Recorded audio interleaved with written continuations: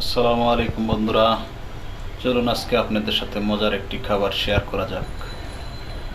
বাদাম দিয়ে কিভাবে মজাদার একটি খাবার তৈরি করা যায়, চলুন শেখা যাক। প্রথমত বাদামগুলো রসুন, পেঁয়াজ, মরিচ, লবণ সব কিছু ভালো করে দিয়ে সুন্দরভাবে ভেজে নিতে হবে যাতে কাঁচা না থাকে। এভাবে কিছুক্ষণ নাড়াচাড়া করতে হবে যাতে তলে ধরে না যায়, পুড়ে না যায়।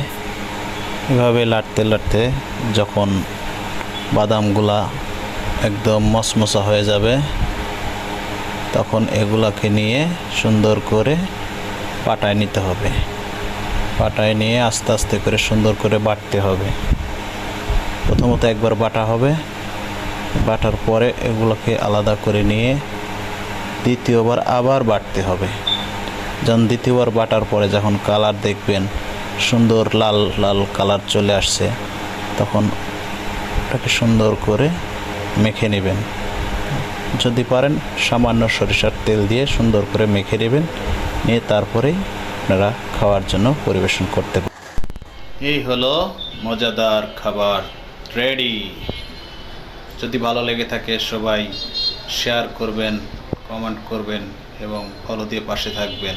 আসসালামু আলাইকুম।